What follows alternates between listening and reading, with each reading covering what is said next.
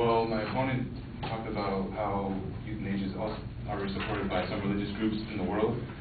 Well, so far it's only legal in 2 countries, which are the Netherlands and Switzerland, and only legal in 1 state, which is North Oregon.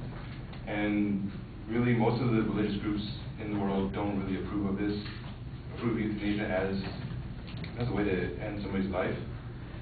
And most physicians, it would be illegal for a physician to go against this, because first of all, some physicians, when they graduate from med school, they take the Hippocratic Oath, and part of that Hippocratic Oath states that I will apply for the benefit of the sick all measures which are required, avoiding those twin traps of over-treatment and therapeutic nihilism.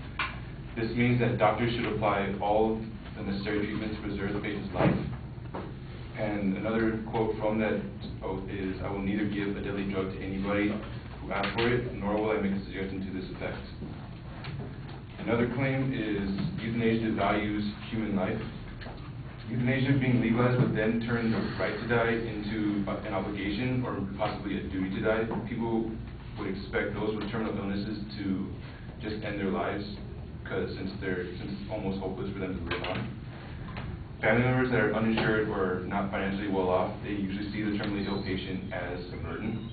Thus, the patient wouldn't want to be a burden to their family and would request euthanasia so their family members won't have to deal with the suffering.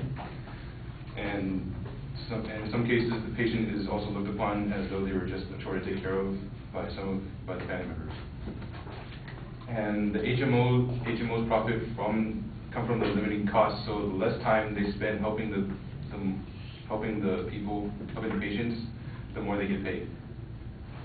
Using euthanasia as a means of being more economically efficient would put a price on a human life. Saying that some people are just not worth saving is unethical. Euthanasia doesn't really exercise personal freedom, because people who are terminally ill, sometimes they may not be able to make a rational decision on their own. And the decision of euthanasia would be up to the spouse, children, or the parents.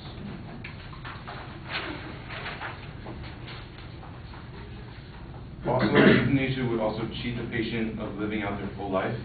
Although the patient may be suffering, it will allow them to make amends or to enjoy the time that they have left with their family.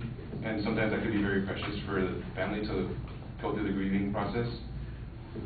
Some terminally ill patients that were given a certain amount of time to live have lived a few months after, or maybe even years after, that they were expected to die.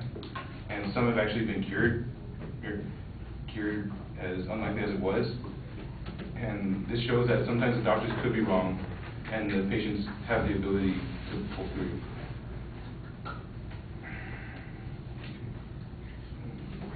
And as unlikely as it may be to be cured of a terminal illness, the willingness to see how long you'll live for may allow the person to appreciate life much more, as opposed to wanting to die to escape the pain or suffering. And also, palliative care can also lessen the pain while they're living long.